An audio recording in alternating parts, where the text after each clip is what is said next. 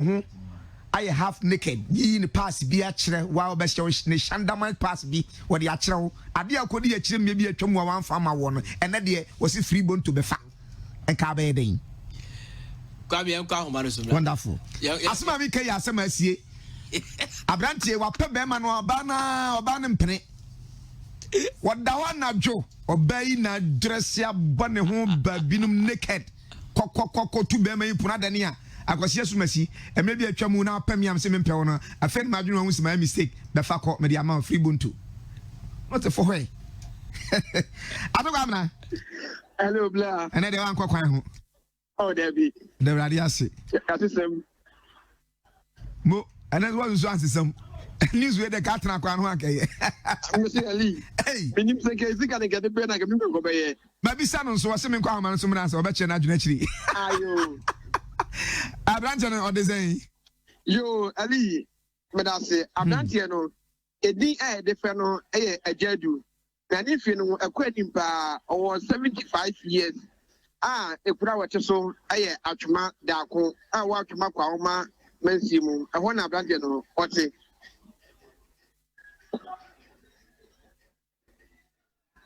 Ali yam to aso Ali yame to aso dia asemo esi eno a anwumre wa abla na abono nkron apa ho sima aduonu pepepe ena sa asemo yi esi na ene se anapa no ena papa no efi a watim no akire ye bia ho bia ba ho papa no fara na pa eho na obetra na ja ojije na ho me kakra na eho ti wana oje do mu se sa abai wei ameka na asemo so bibinti yedidi beti kakra na ne fie no 35 years for you be onyi kura na mo meta wo kase wo hwe oba no wo hwe oba anim na wo hwe oba nu fu wo hwe oba boso na wo hwe oba achi na wo hwe oba dania ogina ho a wo tumi so oyo oba pa bibie ni wa ye ka ye de kan oba ye ga so woni bi ye ni bi aka mo fo sai ko kapa pa na anapa no te papa ne chese gane aba ho oba ho no oni tin ko mo tran kan oni tin ko no kwa no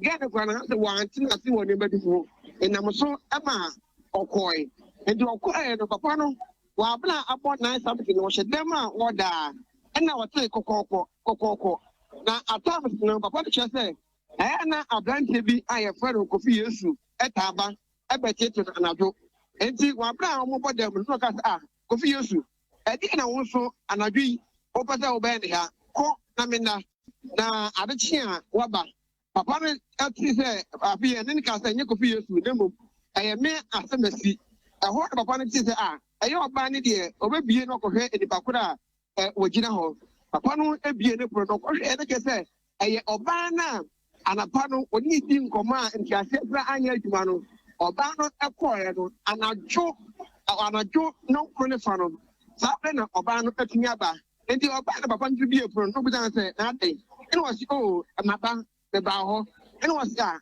and what about then was han you can no I think about the maba the banda ban say a video ban say maba and the other you be ano for me the open the banda say Debbie make me do vanya the open sa amani ye and the card here what you call I feel obani catch up say who to me for me the open there and the card here from Mika let me feel in chain na menko and no the banda say any sika so de mindi bi wo ho enti wa bla papa ne ka say oba ne ka papa ka say oni sika ne bi e ho pe ene oba ne say ene maba ye me pa say wo de ye me no want me amfa ye me sama me sika so a want me ama me sika ne bi dia ene me ka kire wo say ene de ba yi aye wo dia ene so moje afi papa no abla de oba ya no atu she papa no so ene wo so ne me no obo no wo no ate ba no wo no enti papa no say video oba no ebono na ocheche no enam so ema papa no atietie mu efe na busuafo se na busuafo emra na oma owu eho ena oba bi o wachiro so te se papa na tie mu ache ena wodim nika ena obaye na je se oba no kura papa wanya mfihia aduoso enum no eminim wo popo papa ni so ma papa no wa emre ndi eho ena mu bie pro no omu bie pro na me no ka sai oba wode ne ho bae no enya akwan epie ya odwane no odwane ani mo fo no eso ne mu na me bisa papa se naja enipa yi wonne di nkobo one gas ama enumere odi aba se odi bechawa ade na papaja omwone nyina onfa papa ne ka chemete ku me nana me be bosu me be insianie ade kura empejai enti wa baba sa na me ko me hihye me na me sa hwe oba wagina hona se me ma ke se me sa ne bibia wan we ewuo ene mewuo enti me de na me hihye me tie ane na so a me frɛ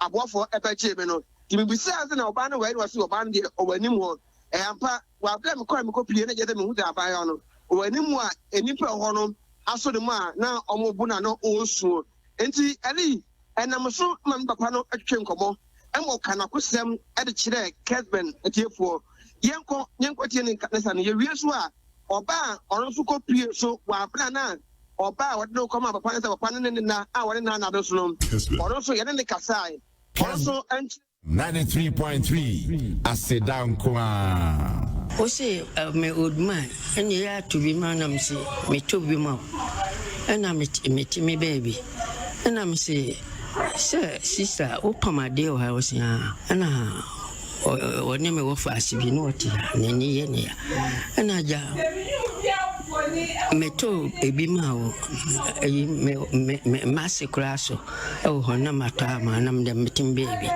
afi me obi bompun na me se Jesus bodam ni na me na ho na bompun wo fe me ni ye na wa na se aja ma ba na me se ade o se me besra na me so me de kona me pekasa eno ani eno ko boma so ni me kura na me o se na se wo be peska ko ya dwuma nti me ya dwuma me yire wu me ti na me ti se na o so na ma sa o bo mi sa no wo me o se ni ha se ni ha se me man sika na me na sika me ni bi me wo ka o bo mi sa na me ti atie wo fe me wo ka se na o be ni se o han wo ba ya o be gi mi of your dear medical them miti okay you are one number the whole kika so from dinam say dia no kra ma se abde me dia ni si me ni obayi a ono da nka betu nyada minti mina se me akokra dia me dia na me mu be posumi nsia ni kra me koti kra me da ayi tani ha me ya me da kra me da abanyina fa compare abanyina na wo ankasa be mu difference no na won di nukre a kire Nyankopon no di nukre a kire o ma so me da wa kire ho me da papa ne dan wa ha ana me so me da wa kire ho enti me te wa me da dem ho no na na me te se my yode no wo bo afiafo memandi o se asoma kwa ku aso my yode jami my yode enti me kwa na se bia papa no wa chaka aka na bia o kasa dem enti se my yode ne ko so na me solid boom na me sa kwasi to gun na fa kini bra me ba ya ga ni gina edem ho no wa shop papa ni pusek and no one is a one so hold am so be so na me try na share abontere eti mi na me ni asem no enchire mu so me ya na me show ni mu say na me am say jadu na ada ni me bu say jadu na o te fa so and wo koye mi kwa me ni fie edi obayi no of me ha me de oga ni dia ya so me so ni mu say na and o di bu no koye kasa nanga me was say papa ne se wa yire ne say intimate say pro wo nyina fa bra me se dem wo nyina afo ne ho no fa ni sika ne ye de endra so we tie yakoba ya je ne be bisa papa na papa ne say was say wo ba jisika o ma ni sika 20 million na wa ba na wani ne na no se me no na se say so we tie yakwa ho no ga ne kira say papa ne say wa pe no enumre ya wa so open into one tomorrow and I'm so you question will be a woku no be catch out say that game tomorrow and I not to be found at tomorrow na make me nima some cra eh then e see here ba I'm so you question ba oba tan go bedi no wanya sa obedi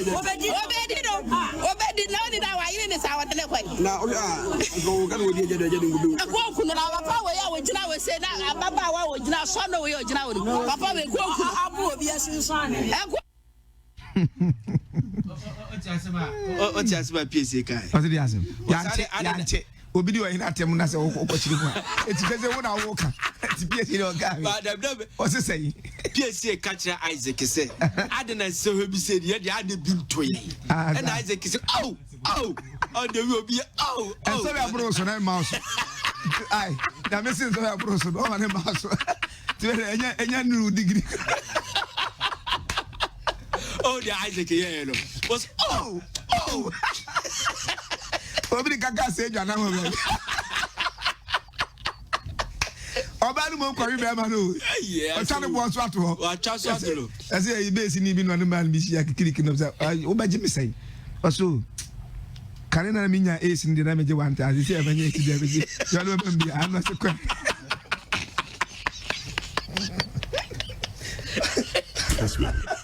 Chanubu abanyina na wo ankasa be mu difference no na won di nukre a che Nyankopon wo di nukre a che o my Ghana. Okay papa na yekọ menya hoho bi e wo fidua mu ha abrante bia de ho nsuo jan ho so pa babunu pa we Ghana ni na wabro abato okra so to a wono nso gyina me yetono so abaye yie na wadwene hunu adwuma eneme ne wonsam bisa papa me wonsam bisa no nso wa no yie ye ne be hwempa kwa meti ayi me gimadwuma di adwuma mi bu madwuma yi na den pa na beba nti meji microphone ya to ba bi kura se mi kodina se to me so aba na me assembly man probable question was obi samie eti we de omo an ho nto ho me bisa no menim se owo law firm kase bi mu pa law firm kase bi mu AB and David Africa na benimu kase we associate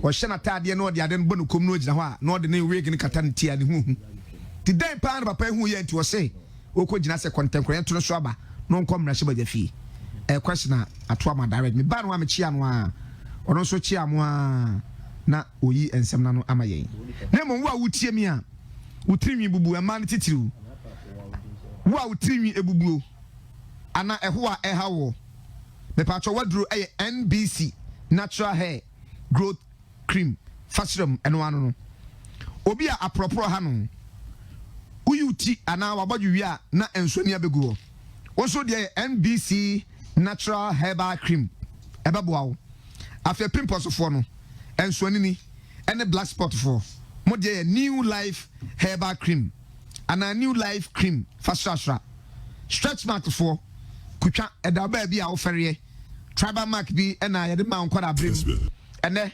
ompe obeso pepa koto NBC wo mu aduro bi atudi se NBC oil na fasrum ebeko enure enya na ba bia yetonuro bi abenya bi ato upe bi atu atone a wo we kira kwan e wo ahomatro faiso 0244870834 0244870834 ana 0559 799 554 0559 799 554 where a new life body care for and a efre menu no A+ publications one more actually GS4 syllables no and one more year akwabese nose or matro nose or book no fan no mu ya no ma san asset questions agu achiri no ma so questions no ti ankwada no working kania na wa back question ho no no a so na dwena hwe wipe unya teacher ni bia na wakọ achiri ho no no akohwe answer no na da totono de ho eboa pa ono ko ahye kokom no osua de a okọ ne fast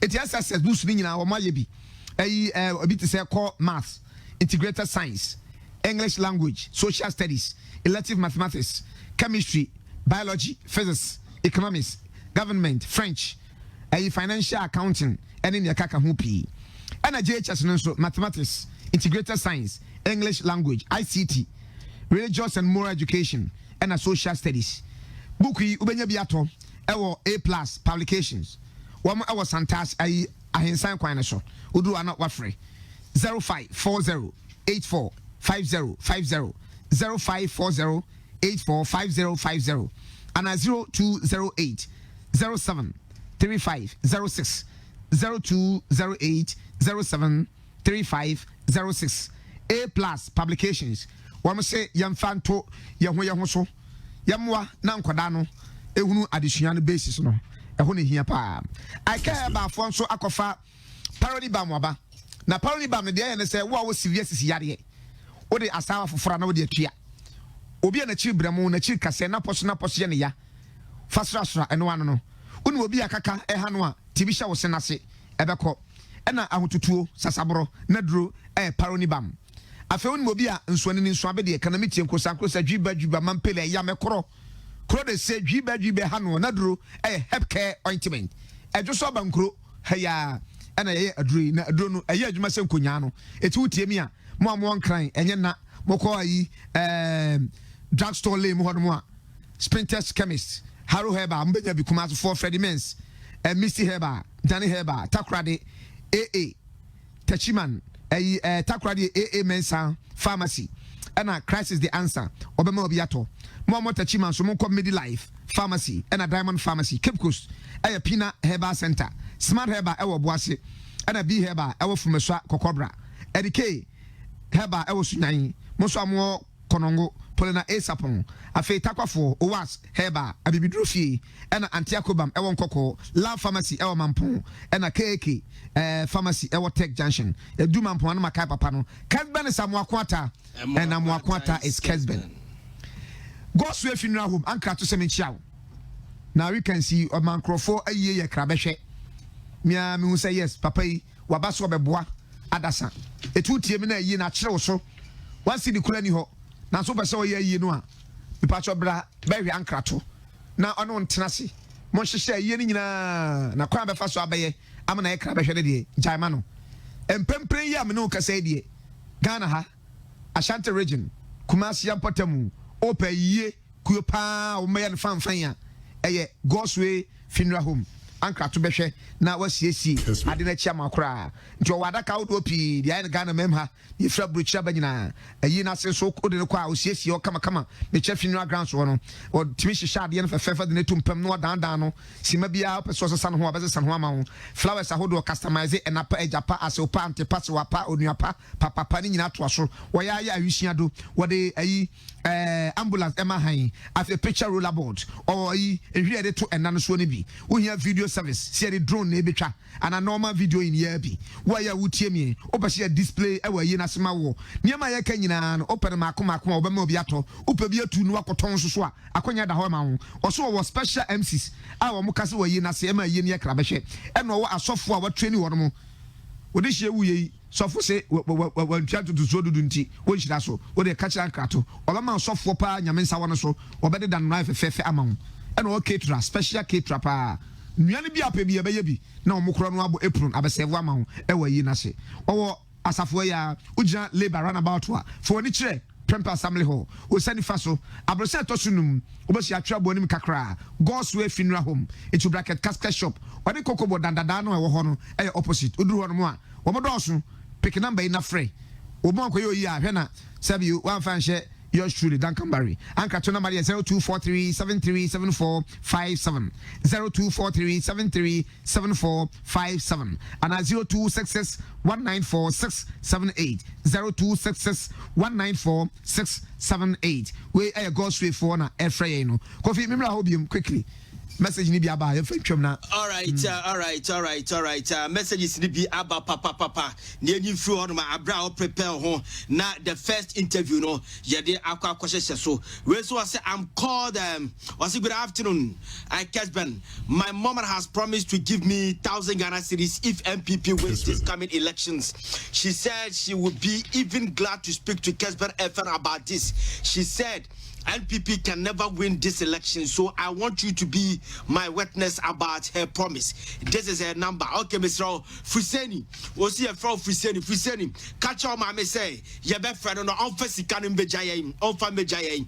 Was sending my message MPP to win election now. Obama 1,000 Ghana cedis. Catch all my message office, Canin Bejayan. Good afternoon, Ali and Ziga. You guys are doing a marvelous job. I'm Abubakar Mustafa from Ashanti Efijasi. If it were me, I would first of all think twice and sack her. All right, we want to say ye krome do Ghana. Hey, emayina ede checheyi.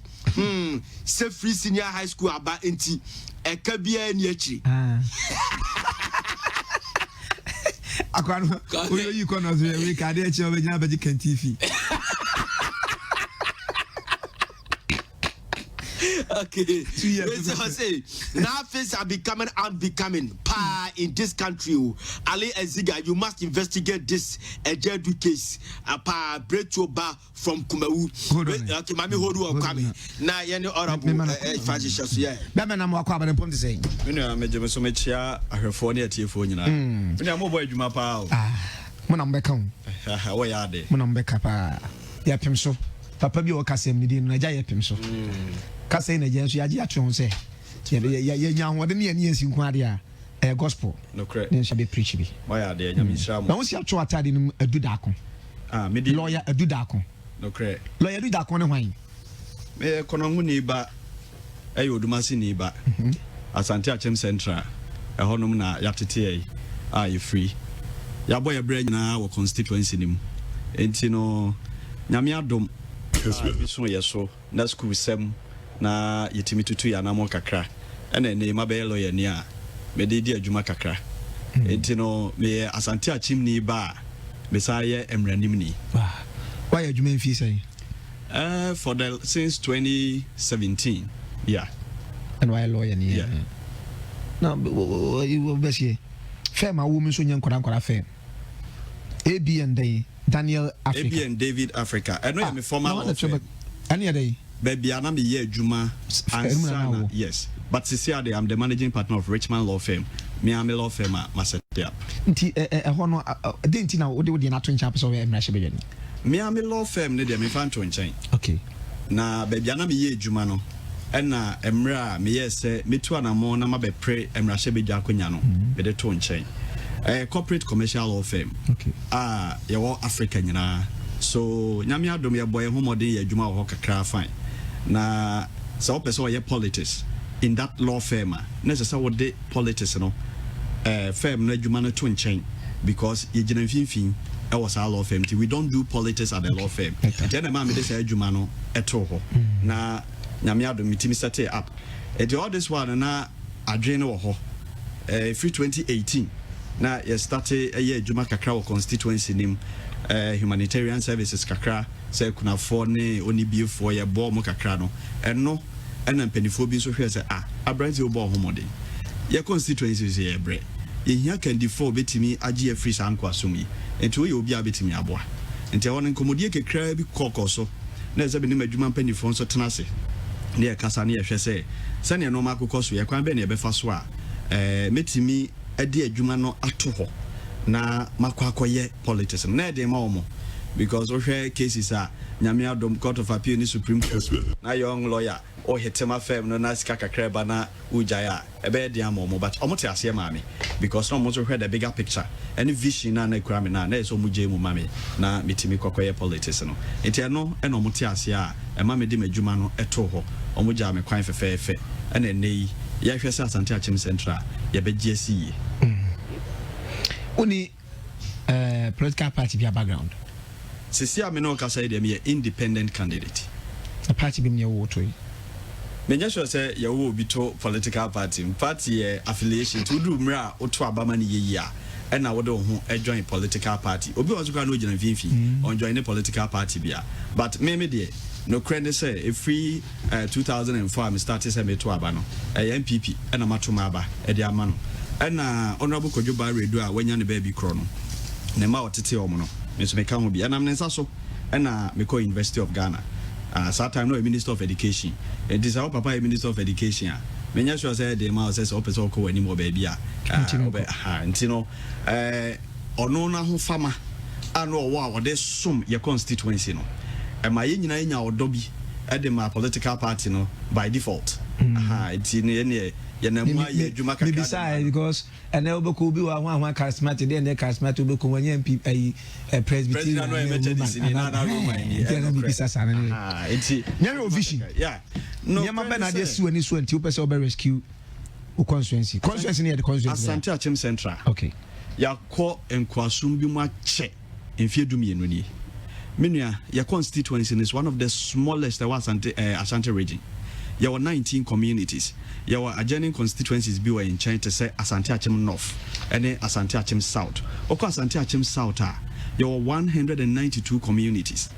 It is Asante Achim Central 19 community na ye municipal na mo nyina mo gi the same common fund na o hwe enoma aboye e ye constituency ma areho enti eno na ye nam forma ye NGO adwuma ye ni nipa din komo ye boa enkrofo kakra no ye hu se enoma bebri atosini nyina se ye nya a certain kind of leadership obetimi ahwe ama mpuntu abaye constituency nim eno enema empanifo asema mo kan mi so migitum ede me hu si wo se mepre eti ye hyehyɛ dwumadie bi a friend da Asante Achim project ne a 10-point development agenda ye de ma ye constituency no se ye be fa ye ntuma pa ede afra na ye hwɛ se ada constituency na wo Asante Achim North and South no omo be hwɛ sa Asante Achim project a ye central for ye na omo de aboa ama omo so constituency na akoso enti no started from youth development through skills training yes ye pese ye training nipa over 5,000 na within 2 years omo nyansa no dwuma omo betimi de abo omo ho bra na omo ye dependent on a politician na wan kasa be de wo ho ya Asante Achim Central dwuma ye dipa ye mining ye first no ensuo to a yes so kotwea obonse ensuo na mfom obese na gold wom eti Asante Achim Central de nka gold asem enho asem ne ye ka ye rock ankasa but ene Operation Vanguard ne Galam stop ne ne akeka hu nti no sa gold adwuma na ekofom then obusa ho se gold adwuma ne nyansori bie ma eti ekombedi ni pasa esese nyansa ne adwuma kakra de bebo ye ho bra eti ye de ahya ase me ntwen say to abama me wie na it say you are holding me to ransom and as I'm holding you to ransom there be masha ase say enipa 5,000 no baby I be funding na free bi de betete om no yentete om eno bi ho adwuma ne ye sesi so far nipa 250 and ya training within 4 months ye hwe say enkodru next year by March na almost about 2,000 ye training so that enkosi the end of 2021 na you're training 5,000. That is the first phase. And Uba youth development na through skills training na that is 1. After 2, education. And then mabetena hey when they make lawyer semi and then they keka ho nyina because say nyame adom mitimi ko school. And then omampani ada Roma Ghana ha yesu obia timi ko secondary school. Menim nkrofo asen komo ko secondary school kan nyoma bra abone se ne no motiemi. Enti no obia watimi akọ secondary school awie. Awo Ghana ha de ye ni so ade hunu ne say me salary e de be ma me as an MP nyame adom me law firm na da so operate eno nti no me nje sa salary ni for the first 6 months na yemfa mo foto emfa nka get funds ka ho emfa nye ensiachire bi emma obi a we secondary school a sebi onya boafo na ono so ntimi fa nko invest sebi e hono tim bi ma me say ye to abama me Asante Achim Central say member of parliament January 2021 7th na me ye member of parliament no sika ese ye de ma me say mrashi bedwane salary no almost about 12 to 13,000 cedis okaboma for the 6 months is about 72,000 Ghana cedis yemfa nye fapem yemfa nye foto emfa nto ho mi amaketu ya wo fansa nka da bi som ne ebesom sabi sa wo ho so a onfa ho mesi wo sa wo ba besom enye se menya me ho but me nipa bi hu me mobo nipa bi ekai me eno mo so ebo a medrum pempenso a medru no eno nti no oni bi asem ha me obi ni bia na me ho yira me masa nipa no because pepa no se wonya abeye but untimi nye esan se wanya boafo enti moa metimi de aboa as part of the Asante Achim project apart from youth development because once you bia na betimi akọ school eno no fact enti untimi nko school na wanya nsa no dwuma hallelujah obi won so ka no teacher ni ebu ano ye nurse ni na wanya sansa no dwuma de aka ho eno so na so na emom wa wotimi akọ school every secondary school free SHS na aba no me offer se ba ko University of Ghana ma apply ma no oba be school next year se man so ne nsa se bi ontimi nko ne enti ontimi nko se wa ko free SHS na wie but emo bia free ba bi ma se nya free senior high school na nkasa dadwene beba beda me so enei woko bi enti me de foto to ho me salary no me ntwen se aban fa sika bi mra ansa na ye de ahwesa nipa no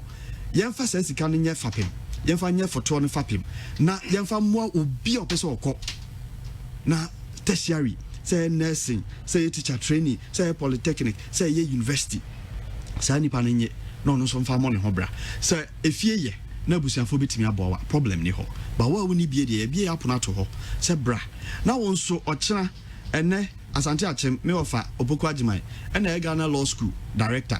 It was the General Legal Council so. It papa our General Legal Council nasi yenya lawyer 400 I was Asante Achementi boni womana. Asante Achem Central me no ka say and the lawyer 4 omo Asante Achem Central there is no practicing lawyer ba ko pe ono so kra no okọ retirement and no dey abetena constituency no ye adwuma. Sometimes nkofonya asema aje se me free kan ba ye supporters ibi na maba be ye pro bono e dey ama omo adentina so onyi skampu ama be da no agisika onua eni pe ne ho kire no wakonya asem abayama ne ye de ne ko remand enra na me court abrante baako odi ka akobọ obi ka no odi ball no accident etu de ne be hyema akosisen ase etoto asem ne wie onye obi mpo obesere bail ama no me drew constituency nim anadwona om frame ka chem sese na ese anopa no na ese me fa me gown ne me no ma na me court na me ko say bail edema no obi ho na asem kitwa bi obi a one obi aye adwuma a ese se etua ne ka wontua ne ka okokan ya nipa na pam no afi osi mo osi obiem osi wadi na take na court no call remand 2 weeks se men drew ho anko srama na obusa se libra odo ni sika yese yetua ne 300 cedis a month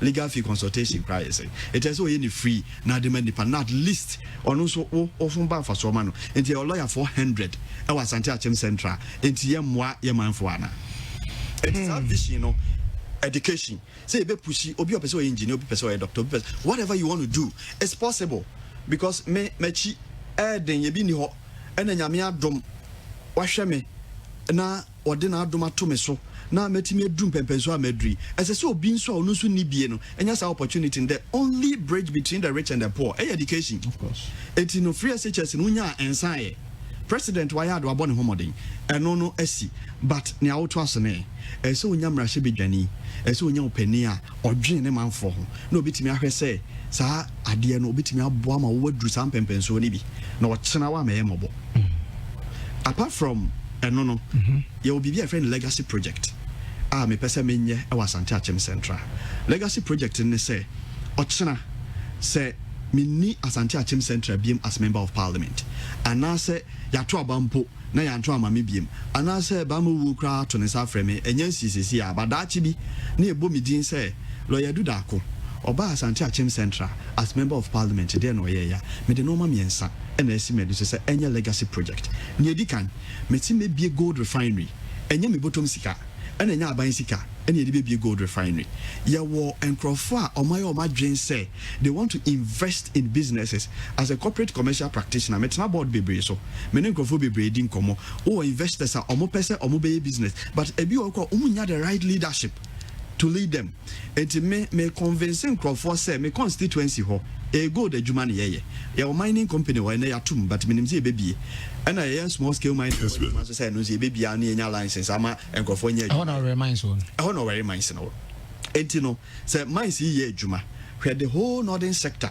there's no gold refinery the only gold refinery wa Ghana ha no e airport Accra Africa hanum ebe emiensa pa Egypt South Africa and na wo airport enti se yetimi abie gold refinery e wo ya Asante Achem Central ye fan se konongo ana se odumase ana apetensa na sisi hwa enei obi ofri Burkina a waye galamse woni krom obi a ofri Mali obi a ofri esro ha nyina ko nyina be ba be refine gold do you know what that means sa market value chain no ebe kwa ba mene ye benya jewelry factory wo ho because we refine gold now you process it to a jewelry afi obon say ye nya a shop enkofo so eton afi obon say investors ba be hwe ekwan po a ye fa so a ye adwuma na yetimi de yenso business ye de bibia ba bihim afi ma omo ton no ma afi omo didwa e wo no ma foforo ho ni nyina bia ba Asante Achem Central ho esan say ye wadwuma kese bia se gold ni obie mu mpo a ye tu a enkofo be ba refine omo gold e wo ho eno ye legacy project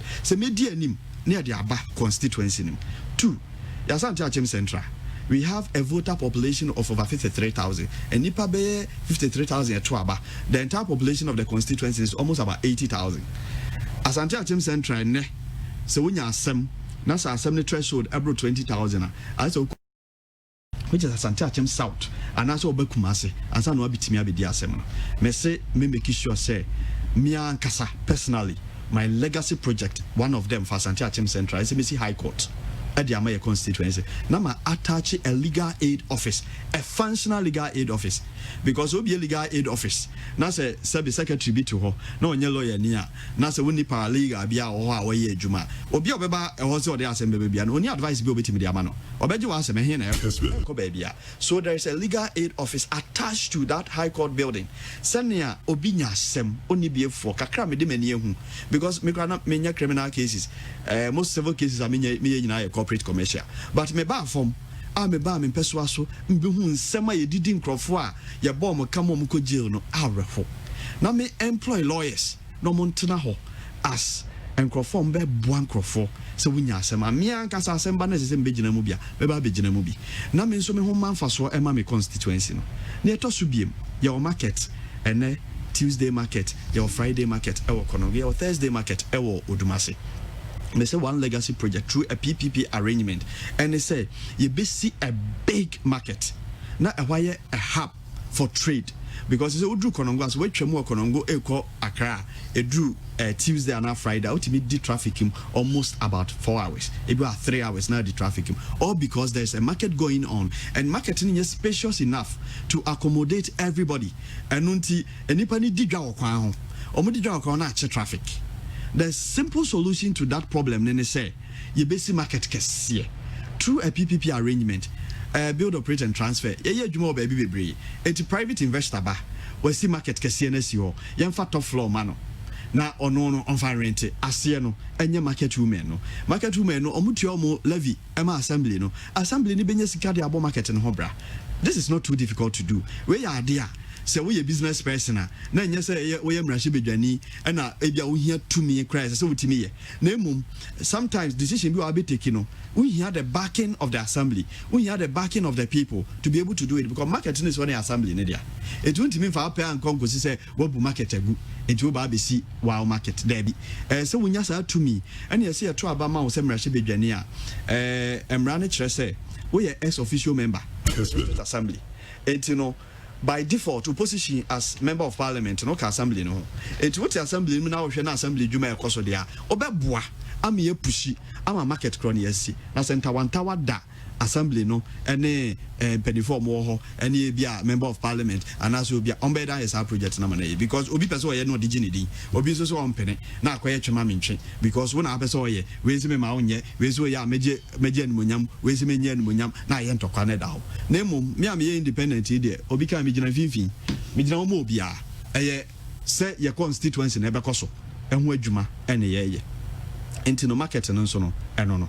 When it comes to the legacy project, and no miensa media ka me 10-point development agenda no ho me ye wo Asante Achem Central no afi eba kuafo a ene ahomachi wei me sorry ko kroba akoso ye nkro nketwa yi bi omobo mo homoden pa ye fe onyame be kire e wo praso achi na okokro yi so na empanifo a omodo koko e wo nuaba kese a eno ne backroom emi ebedi hu dwa no ekwan kro mu nya bi small inputs bi a omu behia na omu farming na akoso me yefu e wo voter region me vegetables so vegetables no me toma hotels because there's a market chain as oye wie pe na ye de ka be so na ye be fa eno na me de bo me ho bra enti se metimi yefu emi ye be fa na sika bam na de ntina ye ma me no ma ene ya papa no ma omo nso ye mfu ewo ya Asante Achem Central na yentimi moa omo na create that marketing structure for them such that one more input or their ye adwuma odua nuaba ni wie ye no wasanya obi a oba beto and then my example Asante Achem North and my example say me fan kwachire me de kwone ye ben ye say ne nkofo betimi relate member of parliament or your friend no Andy Apia Kubi on the deputy minister for railway development and ne unimade awaye wa create a market for body for Wagugo such that say o to o body for ni wie na body ne ba agugu body o ho pa if you bokena animal e de ka besio wa create market no ho eti bokena animal for ne ka ne ba straight near the abegun first body no ka agugu e de bo and e o pe bi kwa wonya bi yen waste body abiem body a etimi digu ha ma ne bre essay na kelewele kura se nya kromu for na be ya achi awe a obedu nkran na asay no eni nsi biem because body ne so top because yenya visionary leader bi awa Asante Achem no for ho a onu hu ne say yen crofo no omo ye adwuma den omo bre obekwa fom obedo first ana fulani for ha omo fight omo obi kwa etimi boni tuo na wanya nuaba no na mu masako say because wanya tofo and also wanya tofo nso a yema ne cheap amount because there na water is not in high demand. It you know say if it's in high demand na say marketing structure bi o ho ebetimi akoton ade na why not oko ye pra so duase a ho banche no mo ye we can create something like that for them na omo so ya create marketer obi ba be ohia raw material onim say breweries bi o mo hia banche e process e de yensa eti no so obi a ohia banche obi a ohia board e na edua bi o e constituency masa nipa no be ba befa eti e be create sa market structure no for them so that ye wie no warehouse ho ye dia begum na yakoton amasa nkofo no waji osika enti before say wo normally be free a foam at the aba warehouse on the car, no usika crowd. And no nipa no he han, otimi hwe ne ba, otimi bobra. These are some of the vision and then normal ye see any swa, ye pese ye de boa Asante Achem Central. Now first obedwen wo nkwa ho, ene wo nkwa ye die dia. Obetena baabi. No ahwe say adwuma no, omo ye no, omo nyira mo ho, ne ye complaining. Onim say everybody is complaining. For 12 years, obi e complaining our constituency nim. Na your problem ne say, ye say baby osunu gina. Na ne begina ho eti upeu ompeu ese so to aba e de master na mum constituency no such that baby yenye adru no se be yete no ma se a leadership ne hia so unya the right leadership I don't have a problem constituency no e be fa no ntuma pefra ne be konanim na yesi edomedi wachinya agro kwan be na fa so timi gada sankrofo nya although your hono ye MPP dominated constituency yi no cre me constituency o mini baby am free ba ena yenya medi emrase bedwa akonya no omuni madwuma yaye eno nti no se woni omunya ayonkofa papa na se ode wo ho eben wo mo a omote wase na nso te omase se obi a one no ayonkofa ete wase a otwe ben wa enye de nti wa na ohu a me drive as say se me pe ba bi kwata because se me am Christia onsa no he left no you right enye se populist se nipa enedu achi yo keke bibia o mahu se abrante ete se me na se be o mo so mfie kran kwa anim bebre den no mahu won ho ai so take step bi eye bibi ma nipa ne hu se wo ye obi a de ye ho to so a eyeye wo ye obi a wo di anim a obetimi ama ye ho atoye na o mahu bi danso se ko mu hu hwe amenya so se ko mbedi akire eti adom ne de ona woka se yesi me chete se MPP mpanimfo ne hunu gia omanfo no ya gi watomo constituency wonti omo no kasai se be yanka enko gina contankre me pa to bi sesi no cre na de na wonfi minua on se obi ne wodi nkoma ya adwenkyere o kan wo de no no so aka ne de mpanimfo edi buo mo pa penifo frame me Council of Elders regional omode omasem nyina eto yanim so anka aha de aye MPPCT de na wonso yanim say waye adwuma o party nim danti no si form nanka opani na oho no ono anko but me so me momote ase say me nyina ho emfa ma me ankasa me ho na mo me gina ho e de ma constituency no omo na asoma me se constituency no mum ka say oh papa yempel entimen kode a eno ye different matter but ye ka say party nti chenchena yensi form na yenda ne yachima Asante Achem Central for ombedi me ho ya papa eno nti me de Asante Achem Central for ho do ene esu a omasu ene ahokyera omakom emfie dumienu yi etie omosufre no tie na metie ye etime ne mpedifo kan so mote ase ema me say waka yentimi nhyɛ kete sa chenchena agira chenchena si form eti say obekwa yeni ho asem bia aka ena omugya me kwan fefefe ema me koi eti boni bia nim yaguso ayonkofa kama because democracy na ya gia tum no e adwenkyere eye se okabi na me so makabi eti me de ne say Asante Achem Central ekwan we ene yemfa so a yema leadership no enko ena no nko mo so feel say ke enko kwan we so but enei omo nyina agya tum say na wo ka de a yeni ho asem bia aka ntiko eno na ma yetimi ko file ye papers e we electoral commission ama na electoral commission age ye documents nyina ye den atum ama omo print notice of poll ne ba ye no medin e wo so am ye number 3 ma wulan 10 bi o lantern bi e wa ya na me sembo ye kanea o sembo ye kanea kwabe emre bi akọ independent now so sembo ye wa pa orabo wakasa pa na nim ade bi hamo konongo me pacho o kasa ni na me pese me hwe security.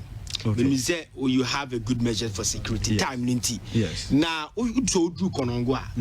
Say nkoko ya divert road na akoye akọ edechisa. Idea ne say ahoye industrial well enterprise. Ekofo titwa ne ade. Every teach tracks efa kronum. And na ka ho na you hear fatality rate. Ka mo obi ama ne nyankwada. And ya divert road no. We say konongo for so the same.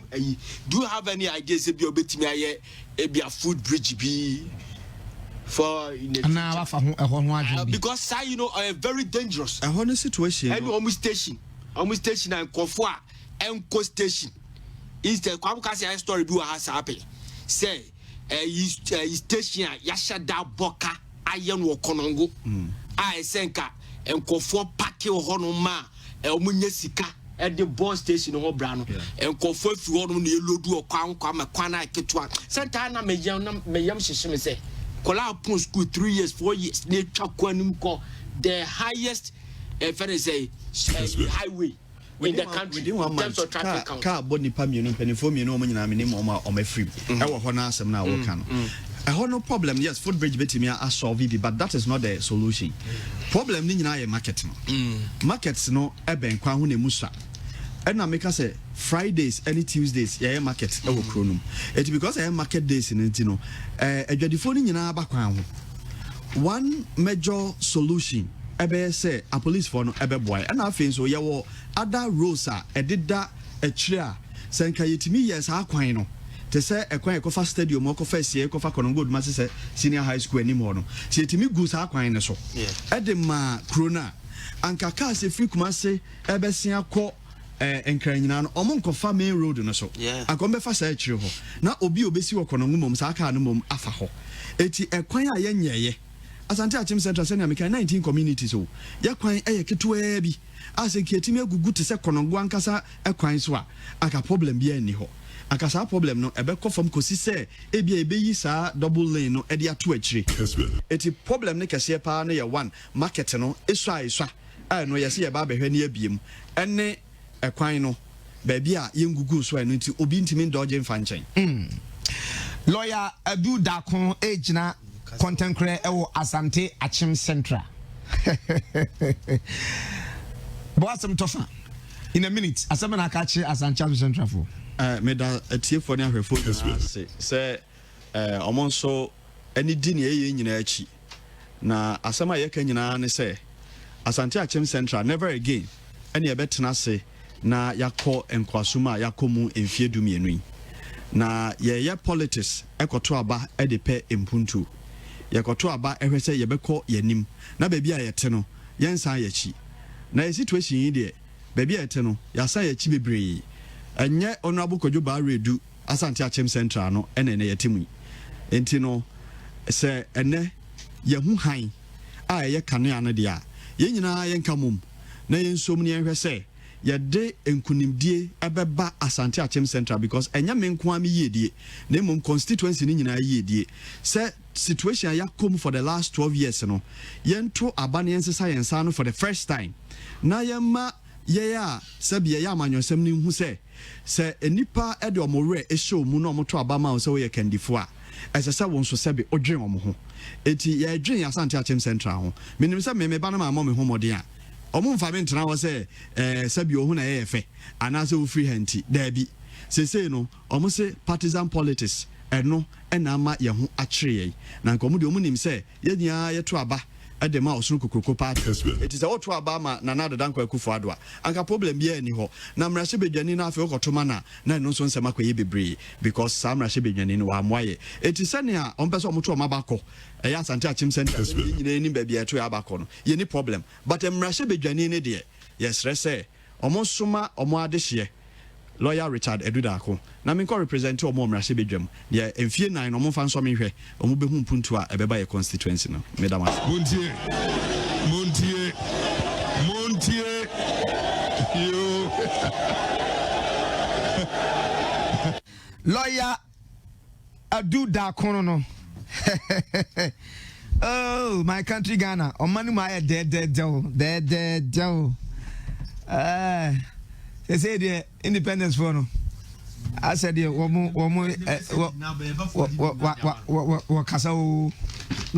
flupa. Lawyer call Dr. Eba. Lawyer call Dr. Eba. Dr. Baya. Breaking the Jumadian yeti and yen shut my headlines. Nemum Bible na me pio bi na toto ho anka Goliath pa me teacher bi ni o tintegram je fen goli eno asna mo school for mo betu mi dia ma me buafu a mo de ma to Goliath se we nya bufu Goliath to be ma tintegram pa eti MPs no mu goli ba ko pa wura very tinting giant pa abetra na ye fan fashion region ha eti bisa won se eyo wo MP ana one MP a state money and free sabre ekwese no mi no be bono mo bete ne nka ene nsam de nsam pa wa hwehwe agu ni team a obekeka bi ahwe yen Currency Ventures the Mehmed Raba na Zahara Man capsules bema wutie me so ye bema mu ha anopo de mi am ni mienu anwumra kodam ni mienu ema no yen hwe se ye kunum be no num san rowi sanse bi anyamesuo nti wotimi nkwa ne ma bi basa wo kunachi bema ensoso nti na ye mre den na wo so ye umom na wo se o man ye wasem sanse kombedo what I say koto Zahara Man capsules said I would na dia nesi table so na dia the sin chen we did me bi e ho amane minute 2 anwumre so mane minute 2 no nkoda saa we anya aforiza bia fashion no de du buso me be ko yes ade na ntimi monitoring nkoda na de oberi nche ese be ma de so yesi ya na sei na sei pa dia Zahara Man capsules no so no e ma no so mo receiving and then amoye amana nanso ani abeje mo ho e pa cho siesie ni ye wadawro mani dim mo de mo nsam kan ya na ye bubu ba ne sa enti yare bi so de pia white ni di na e den so nye yare pa oba wo guno o was syphilis bema was syphilis wo guno woni wo yire ukuru nyina mun kamum Zahara G capsules wo hwie mixture kakra no e capsules no mienu na wo de amene simanum tem num hwegu so bema ye no oba no so ye fa hye ho na hwe o de pu abeko guno beko syphilis away onteni kakra biem ana hindi herba nso etimi pressure and diabetes e patcho no enya na kodwuma benya biato frɛ your number is 0246348334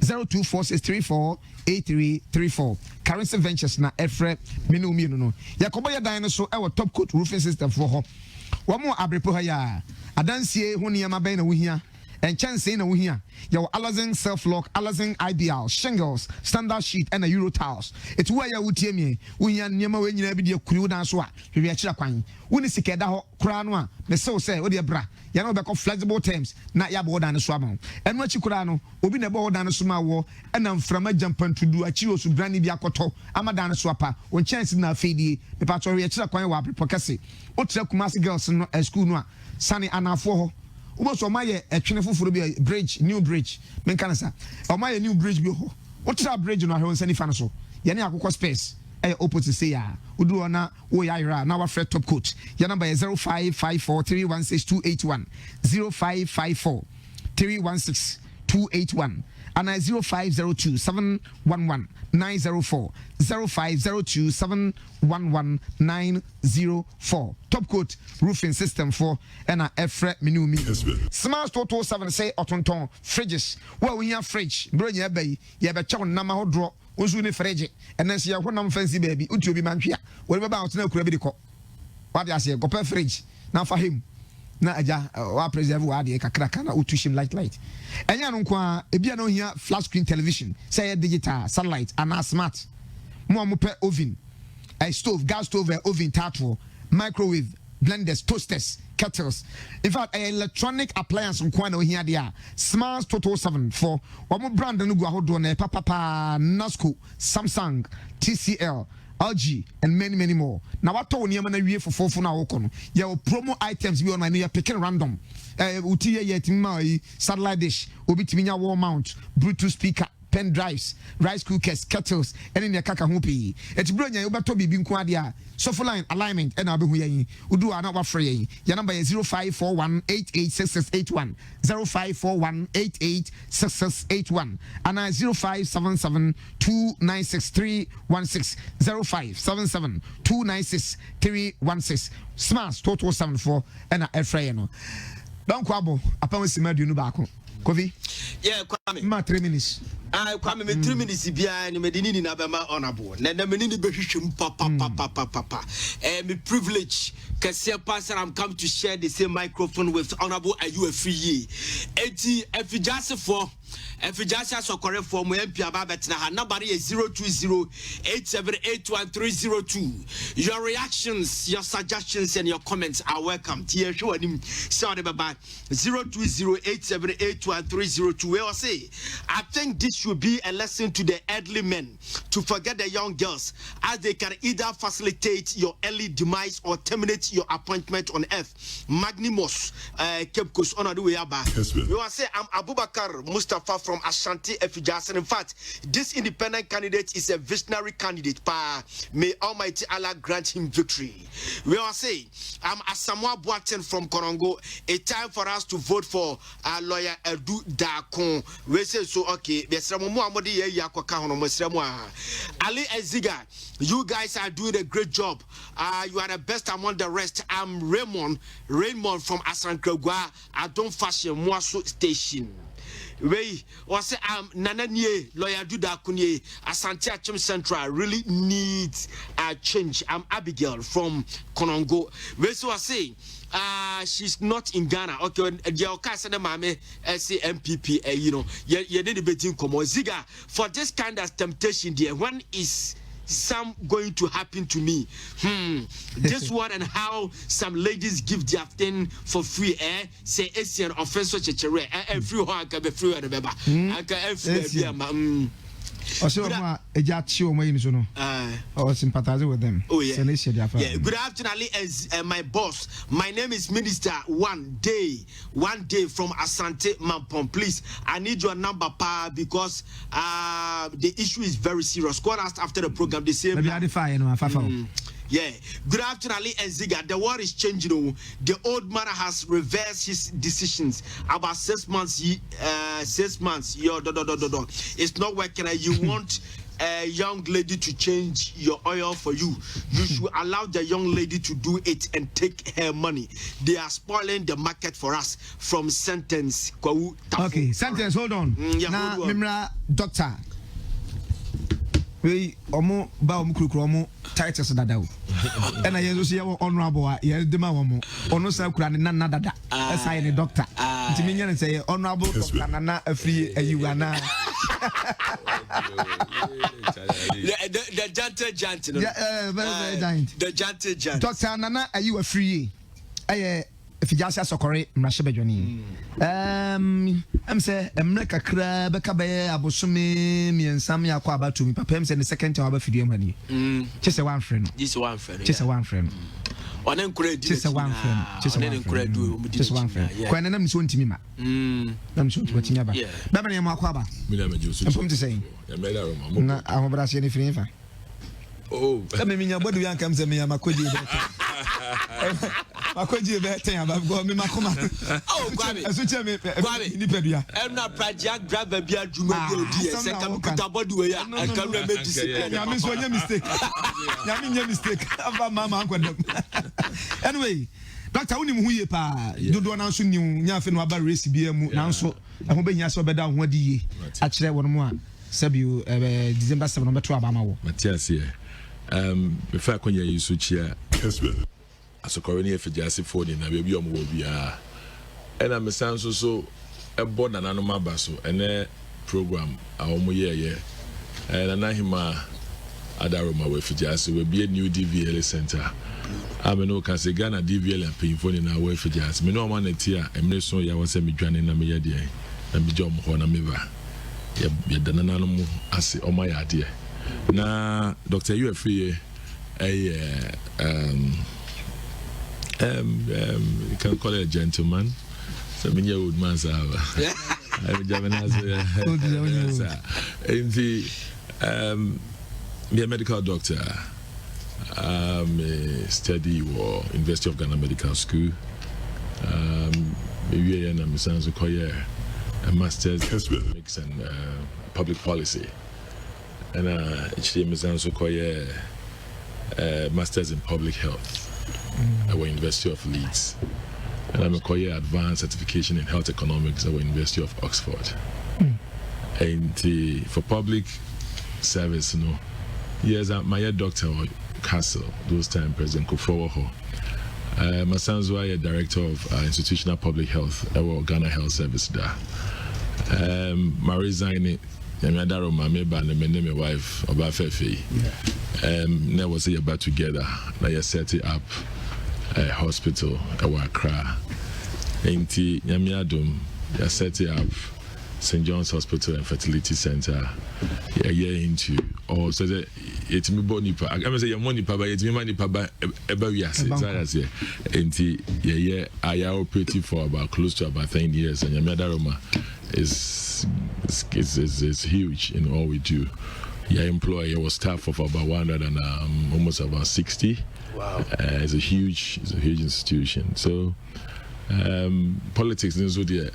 I say your school through the time I TESCON leaders, MPP, many now actually NDC, Omani Boama, Melena call voter region 2000 elections. Your boy. But after 2000, actually, Miniano and then it's NDC, Mintiasi, they make catch no.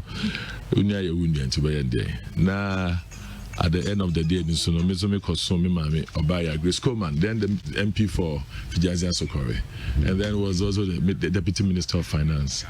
And he may not buy a number or be any some not buy a number. Now, unfortunately, from 2005, you're 12 by year, 2005, no. So what she did was that in the programs to be on. So I was more of a de facto MP between 2005 to like 7th January 2009. So that was a Kobe B. And to do point to be a Namamina can say, okay, if there's a time you have to go to primaries. To me call primaries back Melusuya miserably. Me call second one because name is a me about or promises or about yes naturally. One man before 1 month for me. Never see the baptizing the banner. Okay. But I know crowd and I some mupa, me some mupa. And the amount for us, according to just a lot of soft sports, mommy. Because for the first time, na me lose you know. Yamada Roma networks I'm here and all was only for human resource development. I'm about politics, my specializing in human resource development. And the first time, you know, then IGP a champion. My Miss Lords over 20 medical police for more a ballote. Some of them are sergeants now from 2006. Maybe we are so corrible if you say to me, you're my crew for no who you're banasta names and I was here baptized. And then I was a stay catcher was a go back. And I come back again. And the Mesa Koya Mechi Azamba back, youth employment.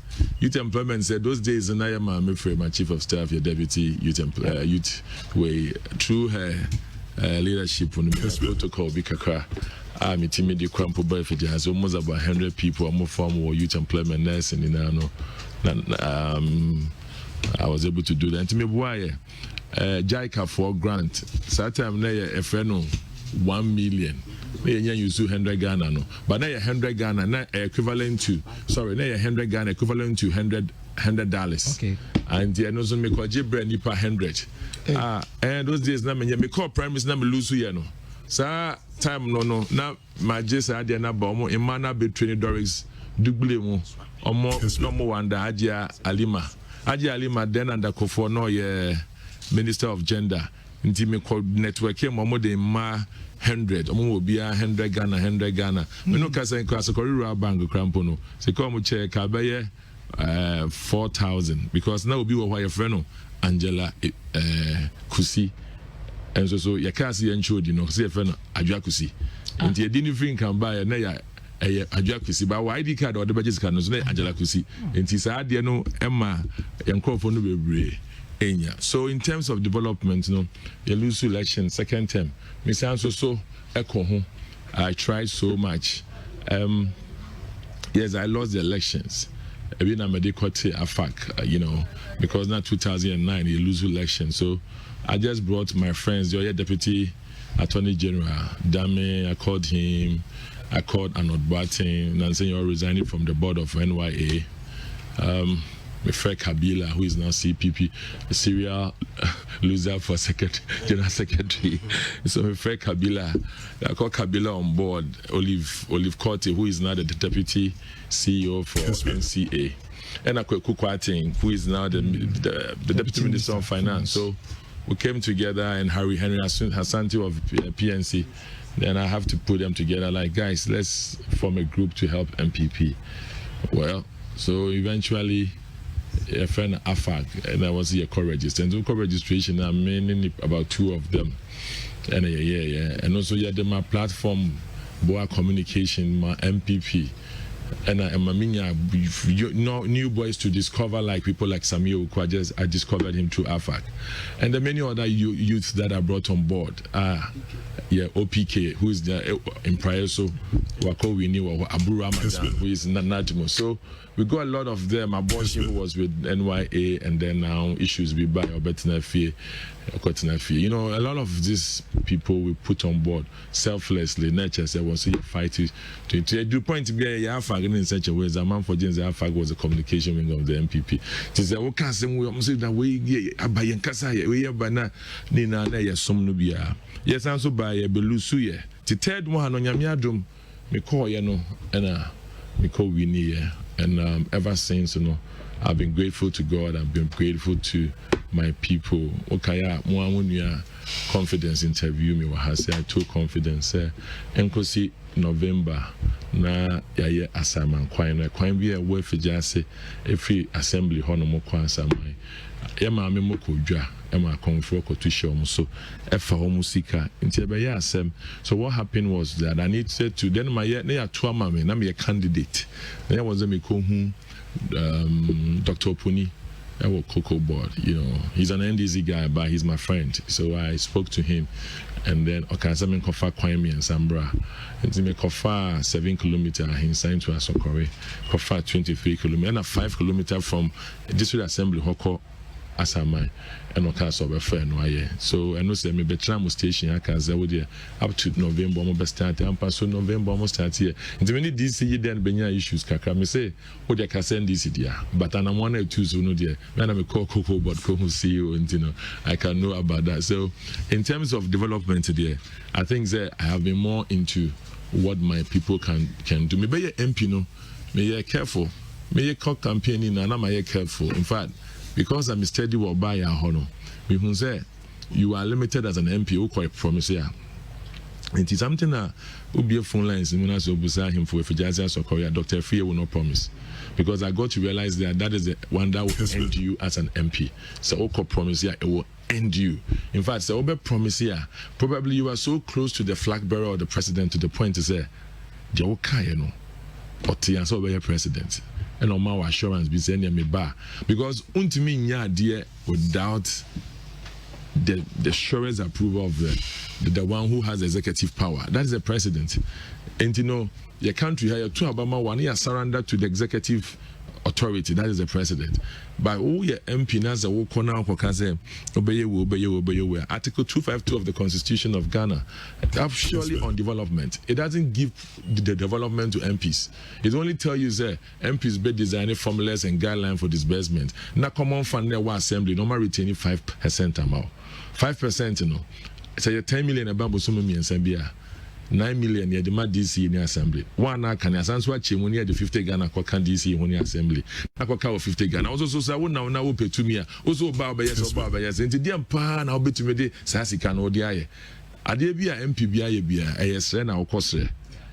Because Alibaba or Nazo Yemhin, and I know why I fuck. Nasa Woshi baby, I tell the Jack.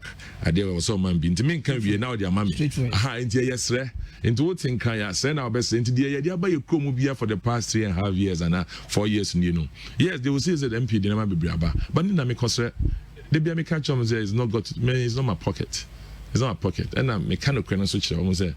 Me, I only go and ask if I get it. Yeah, that's what you say the lobbying skills of the member of parliament. And Yamiadaroma, up to now, no improvements, baby, Abba, Makol lobby, and I'm sure so Amede Ayamic campaign. Yeah. Alice Mama, Dr. Nana, you are free. If you just ask for him, Rasha Journey, now you're not able to mine. Nana do assume I work, I will say 4 more years for Nana to do more. 4 more years for Nana to do more. And then so they. afijase constituency no ahye papa yi ensa ene ne DC ne regional minister mu nyina na wo mo hwe be me na wadawroma kabika ho biem dan na yenhwe e wo mpotem ho ne ma nana for more years. Oh, Nana-Addo deserves for say yebeye franka definitely NDC for be your modie omoko omama opportunity for MPP and Nana-Addo so say yembe ye de yeba bedu efijase asokoria. I can say that within just about 4 years no niama bia na ededa honomo a was say yedi yensaka me kwako start for instance roads yekoye campaign no ekura because bia almost say yakwan to President Kufuor Besin akọ 2008 no my started road works bi wo Asokore no mo ye Asokore road na enti ya miadaro mo ye roads no Asokore fefe my Fijiaze district capital na roads ni ho enti ma pressure be to yeso me so me call as elections no say ne mo ye ntafo e na motewa mo hu say ya roads wa hade no matter what it is it's going to be a lot of pressure enti me na me be face that pressure. And if you just for those enormous per town rules for not balance, and some of the things are no more canon and fair. It's more got to do with the facts. I didn't a cry for Nahano Maconia rules and you catch on the say, you'll be dear, you'll be dear, and also dear ye. Sir, Wama unyankwa was unko do, and he say Asokorianya or the mom players at Dachin also say if you just say, but unfanko compare the Biase and if you just yen Asokori. But I know quite a way and also Yamia Daro Mamiko 2 1 and more pen fire. I'm a regional minister and minister of roads. With your mobile for just mobile inspection, who and and minister Tony and Mutu, or na menena my corner so fear, my corner so fear. In fact, my corner so fear, oh, my corner so Nana Makudiana, Otimasi, no so obey. Indeed, yes, I know a pen or mobile for Janse, not to construction obey. Papa no aye juma, Mamma Mona Basso, a buying secure the baby man, one money only about Yachemu forward, one money only back up. And I'm so your bonfire say. I buy my money be account, but you might not see any there. Why we? What it means is on one of the Nesika a year, just because of the way we have a very good relationship with NATO. If you just town rules, yeah, we a quiet yen it drew by 75% completion here. I inside BC Asokore. And I quite bridge be near Manabi. Yes. I'm sorry, time to have empty. Now, yeah, bridge na your Ramson is that way.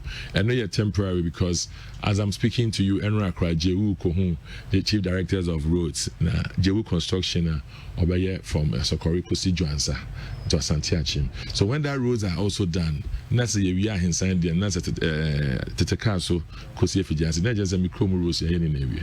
So these are things that I think there is under Nana-Addo and many opportunity.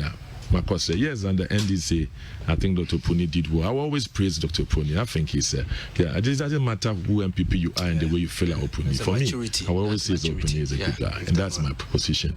But then, regardless, for 4 years, what has happened in Asokore and Efijaz in terms of roads, legitimately, is all under Nana-Addo. 4 years, and I'm so certain that right within the next year or so, some of them will be completed. Now new one also almost started. So almost started my area. Now you trunk the major roads away upon it's done, and it is done under Nana or under even Nana-Addo and his MPP government. If you want to know about the boy, we in Crow boy in now your bonus here 51. Now Crow free boy Ekosi Teteka so ehona nsase go bebre by also no money light nti ye buy no so na money na hwe and na what boy ya na mpa edwa na say what adukroma na motokodua omo de omo phone ba Efijase. Oh my goodness. Ebe charge no akoda adichi na wasan so afaka be nti by home so ho beti home beti. So I did well say ye buy ya pena me ko minister I think there I would give you thumbs up to Oreku. Oreku, Carbre, is it South? Yes, Carbre. Yes, I mean, Oreku, thumbs up to Oreku. He's my guy. I mean, obviously, me ne kai no ze Kwame Chale kwan bia wonsa me boa wo bia me nya we nti me kofa we say ba Ebre Oreku na eho na no gidi do mo twama contractor sesia no omo sisi pose omo ye high tension no say nkosi Christmas about 15 towns no then they have light. So since in Nkrumah's time it will be the first time that they've also gotten light. And these are major interventions assembling to mean yet MP to mean yet these are strictly central government funded projects. I was so called lobby before you can get it done, and that is what has happened over there. And when you take these ones from there, you enjoy a fair share of any governmental initiative. And the minimum can say under the MSI, 53 beds. I'm taking delivery or Chinamiko donating. I'm the district health directorate. You're taking custody of 1 million consistency projects. No ambulance, no, you're baby. As we have one ambulance, yes also no almost a warehouse or a Sokore for food storage, very huge one. As a business advisory center, if you just say, and also no, I'm in Crawford 3. I'm the mama for mama. That's the sort of job employment I'm creative for the past 4 days, for 3 months. I'm in Crawford, and these are monumental activities. Now make assembly under MSI. Was also called FIASIA 6 unit classroom work. Oko that 6 unit classroom work. Oko solar water your mayawo in Kwankweni. My son so ya that Kwaya boy yana, and also so Kamubi. Says your mobile market was Sinchi market one Kwankweni market war. Okain Chrome, AC market one to Kumso. First 4 out of 7. The other 3, so we first run now I hear and also for 1 million consistency projects. Almost sounds to be 2 major stores I catch almost Sokore about Conway Fiji. That is going to be any shed and no stores they get to Tuma, Yetimi lock and money to me and your access to lock their things in their place. And here 1 million consistency project. And also soon now when they the Middle Belt Authority. I know so no lobby and also no a idea Omugusu Moye. Yes, Cocoa Roads. The past like 6 months. Engineers are free region high TMA me da oma say me do oma call feeder roads oma call farm roads ni na aka no for Cocoa Roads ye dey call report na call Accra Mr. Nunu ni Nkrofos me da ma say o matimi a eye fi ho ntema kodu Cocoa boda kodu Mr. Dodu ho enti elections na ma mintimi nko Accra but ye wi Accra me wi elections am yopa I was me ko hu Cocoa boss CEO who is fantastic ono no frɛ mo ni na abre me ko hu no ono ni fifi bo afo in the meeting omo frɛ all the people to sit in say I need to get Dr. Fiyes Rose done so me fa kwan ye fifi ya say Echo into Nkumso and I'm so far be my quack so me far Senchi Echo Putrum Senchi Ojako Equia Krum Senchi Okain Krum Kwata Krum. These are the remaining and Senya Jakota Castle 24 kilometers. When these roads are done, then all my roads are done. Absolutely, all roads are done. So Nanado, when you if I can't give this thanks to Nanado,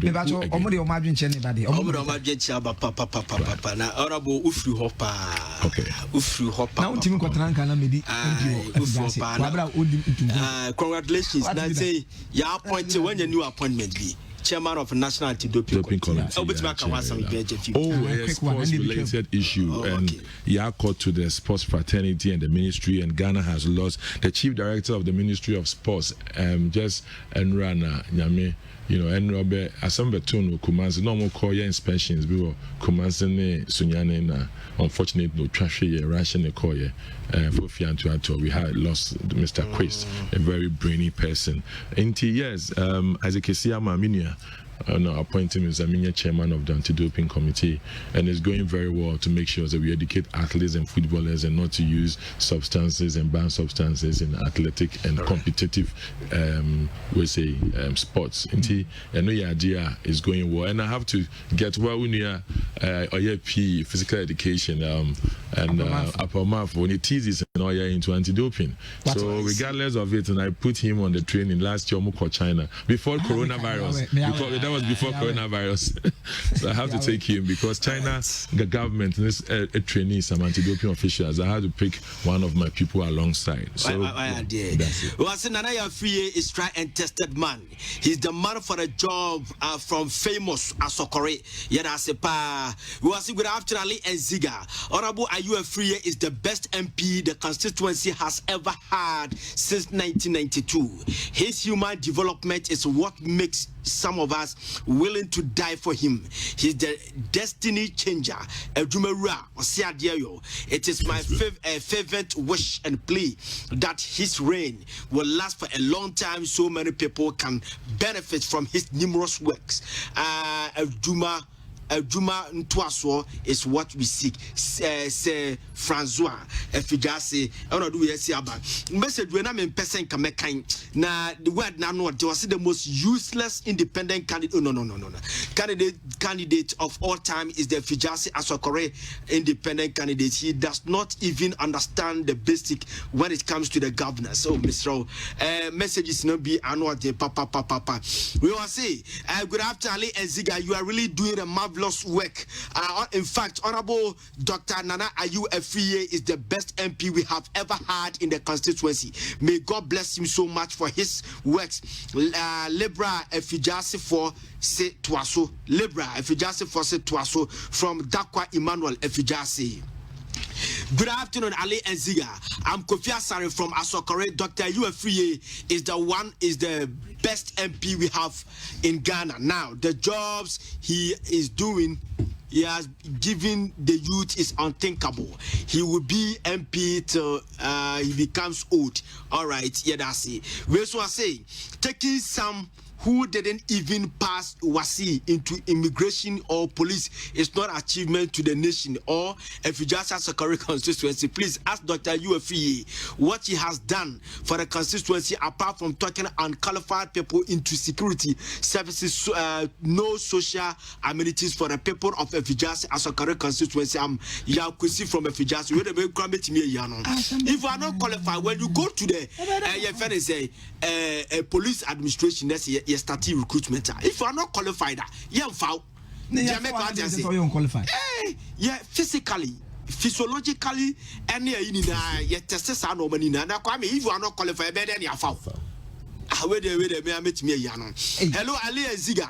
Greetings to you and young man in the building. Junior Martin Amidou from DJ Sirius at Apuma, Kentampo South, Lodina Mohammed's hometown.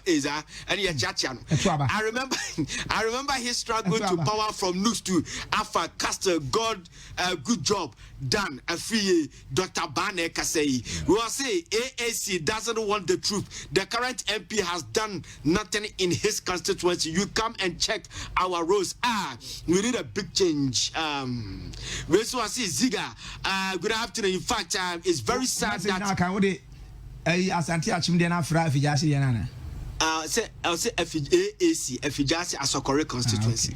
Ziga, good afternoon. In fact, it is very sad that every country is built on industry, but Ghana alone, all our politicians talk about.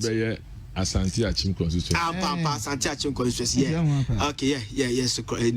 So, what's the importance of warehouse to constituency like Asokore? Without a single industry, Ghana is doomed from Ofori Agogo. We so I say, I'm Kwaku Panic from Tunkum Sundata and UFA have done so marvelous. If all the previous MPs did as we observing, then Efijase Asokore constituency is higher look. We are maintaining him. Last week. Sunday, I'm a strong NDC guy, but the doctor dear, no such cry. Nipaye idea was ye. Although I'm not part of those whom he helped, but I'm enjoying good roles currently. All right. Your father Abubakar Mustafa. We say Abba. Hold on. Breaking news, Biaba. Yes, baby, Ebony Konya Konshiano. Asimbiasi. Baba na Yamakaba. Your many are also. But one I'm going to say. Me did the man for Francis. Man for Ujina Hefana Casey. Me never can say my baby grew Kumasu say fear idea. But the see, and men copy so he depending na and then they see and you see and say me fi kuma me fi sunyane eba na credit what group baby as money unya akwanhia no me hu me say car sakai TM say think I be we have say car no amana bi e wo kwan ntinfin eh baby a born in accident na no afana car no ko boss amre ni mo a na car no it me she kwan ntinfin nti in fact e ba sa na wo me ko parking na me ko na mi do wo se di ni penetrate any the one who see ya no me no Minia, in fact, they say after ye. The buyer and say, yeah, ready. Minia, just a minka. Mama, it's some say, Ghana, especially Kuma, 1824, Muchukuma, for more. If I try to have a potinesi and a petty. Minia, make us accident in a sea. Who beat him up? I'm a no city. Ababawa, would ho. A big water, mammy penning for my prepare serious or what did that? Many idea of the face. I crack it to be what there 6 years. I crack it in food baby and some more can prepare serious.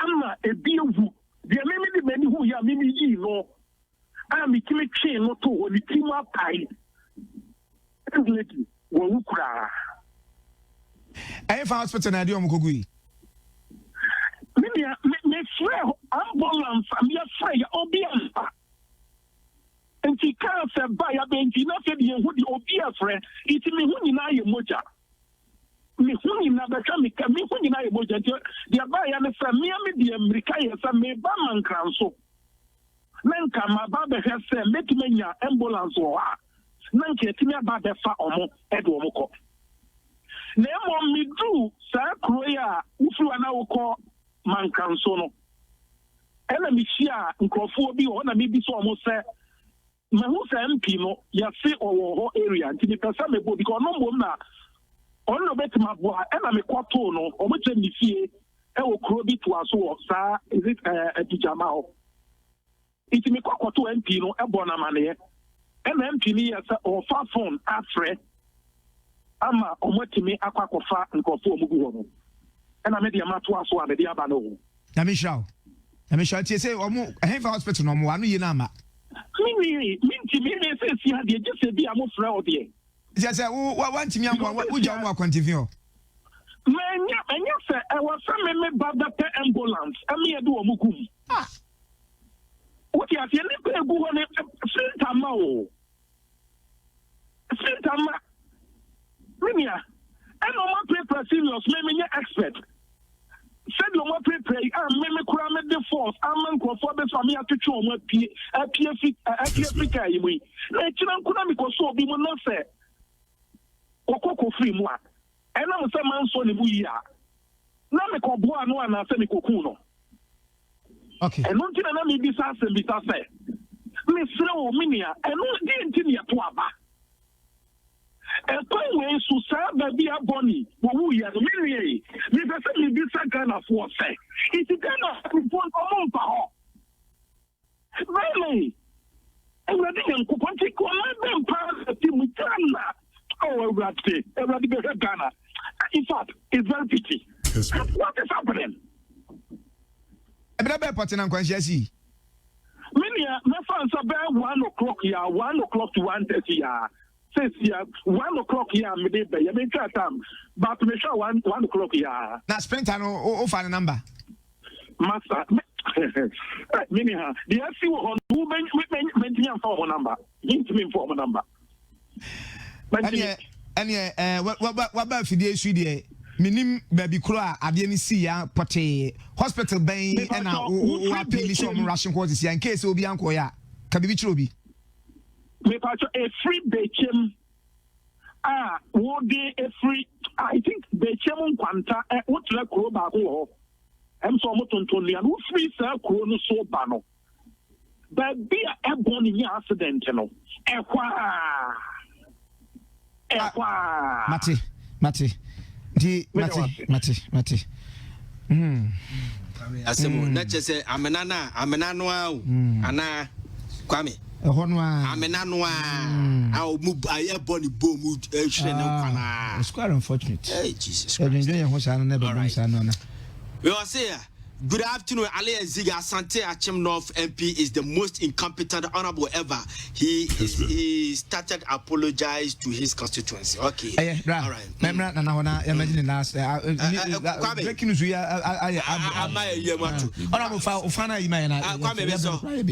just my 2 questions. Wadaroma. Now say honorable what kind of baby say. Okay.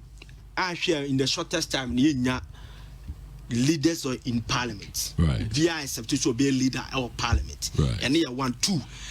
Some will say everything but I have to ask as a journalist. There was this damning audio be a PO more constituency. Now more attribute to UDC, right? I buy now what say no when you say because we be on a year to my boom now more party back na sa audio ni babontin say or yenye campaign fentia on this man say na when you war now fan say only the relationship to this any kabomutia one yenko yeah me that say I mean from fear to so basically audio nearby of course DC well it's unfortunate say akobasa and I think say apology to the not only myself but the people of Efejasi Asokore and say to me yes I didn't free honoma that would be better because it's something but it will really create problems tomorrow. Actually, if I say tomorrow, it's going to really hunt her. So the need for so yeah, it will help. In terms of first one also I would say we share so we share elections I call your primaries now. At the time I'm cancer na me wo sister station Angel. I think me tete dimbia ono me lusu. Many of them were chairmen of committees. Yeah. Almost about 80% of them gone. And I said, your parliamentary work, you have to sit there. And that is why I always sympathize with somebody like Honorable Seche. Honorable Seche means look at his personality. Mimpo me can say a bit point to be you can say chairman of health committee and a finance committee because Abdallah of Insu South. Abdallah sits to make sure the law is done. And Obi Abeba constituency now he's sitting there. Now Ubia Obi is a leader. Ono be go through the grammar. Because grammarian. Just like you bibiano or say he will proofread everything in the NDCO, MPP, or BRH or such. Even the president, I don't know, but it is what it is. And he said, or say Oti Accra Nasa will be connected independent. Now Okakaze on Mani Chrome. That's what say yes and yes. Abra, you nim say in Puntu Juma. Ewo a buying central government any MC. No say the ordinary ebet me akaze. It said the almost 70 kilometers was swamino. So I'm before here road Monyesa. Now obeti so say wo twina say debia ombra ne krom to say the debia me to be kwa fijase no. Abra say oni hono a you can even make a story out of it. In the absence of Osechi, government business in parliament is dead. I see. And in akoye say a year one after primaries me can say yan hwe ne year e bedu point bi say the parliamentary position mawa obi ankoje because the one me krom no on measure you being an MP it's me coming there for the funerals and sitting with them and just being. Yes.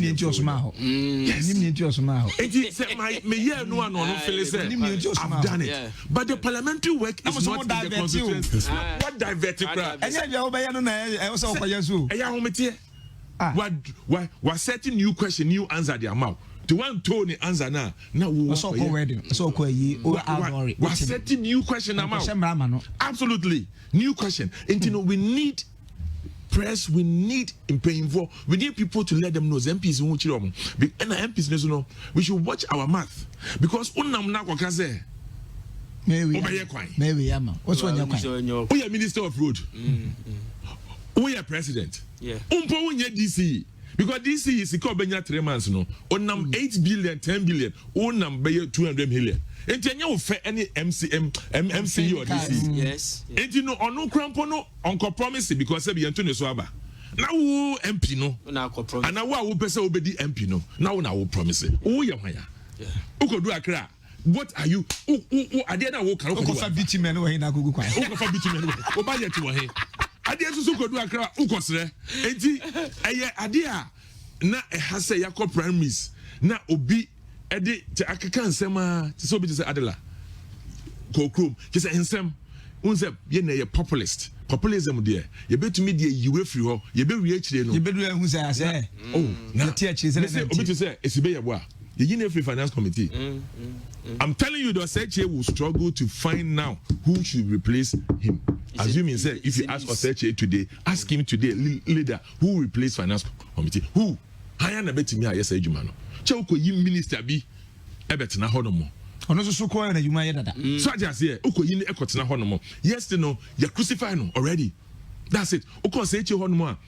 Kase onyo, Oseche obi enum say, or you humble, or you nice, or you affable, or you very brainy, very intelligent.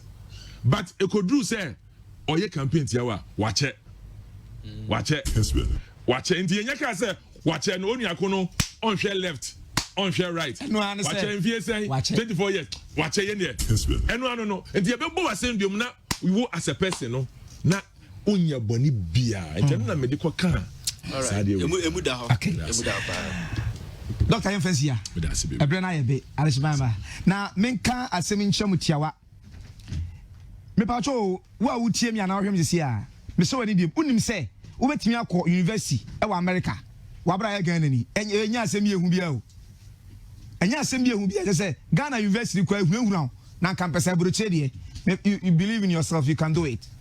And say meji